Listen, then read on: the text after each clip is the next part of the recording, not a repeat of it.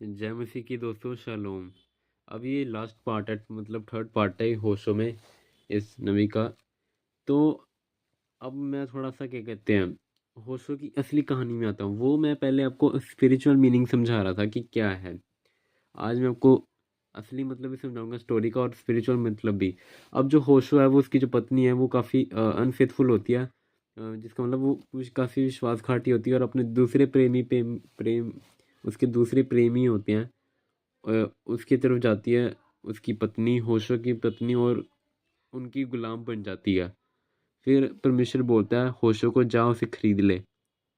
जब वो खरीद लेता तब वो वापस आ जाती है, और तब उसे एहसास होता है होशो का कि वो कितना प्रेम करता है। होशो उस पत्नी से पहले से ही प्रेम करता है, क्योंकि उसके अंदर परमेश्वर का प्रेम था।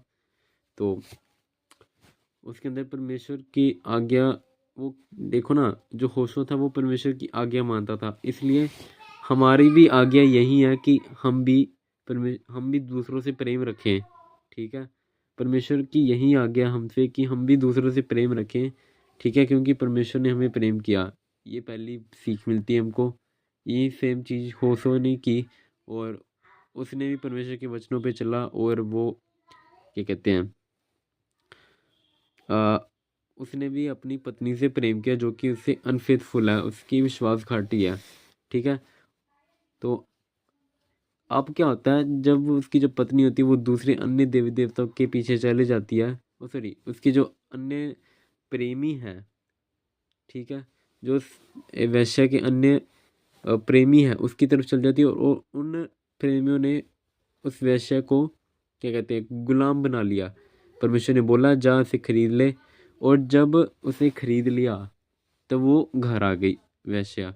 इससे हमें पता चलता है कि होशो कितना प्रेम करता था अपनी पत्नी से, जिसने उसे धोखा दिया, जो वैश्या थी। ठीक है, इससे हमें ये शिक्षा मिलती कि चाहे हमने जितने मर्जी पाप किए हों, परमेश्वर हमें एकदम अपना बना लेंगे।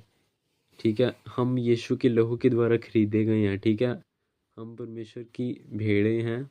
हम परमेश्वर के द्वारा, जो यीशु का लहू है, उसके द्वारा खरीदे गए हैं।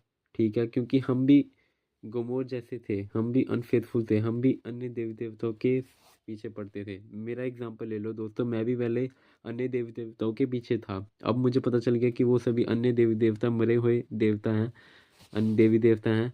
तो परमेश्वर ने, यीशु के लहू ने मुझे खरीद लिया, और मैं यीशु के नाम में, अब मैं ये सच्ची गवाही है मेरी, मैं ये बोलता हूँ। ठीक है, क्योंकि परमेश्वर ने मुझे प्रेम किया, सबसे ज़्यादा प्रेम किया। वही सच्चा परमेश्वर है, यहोवा ही सच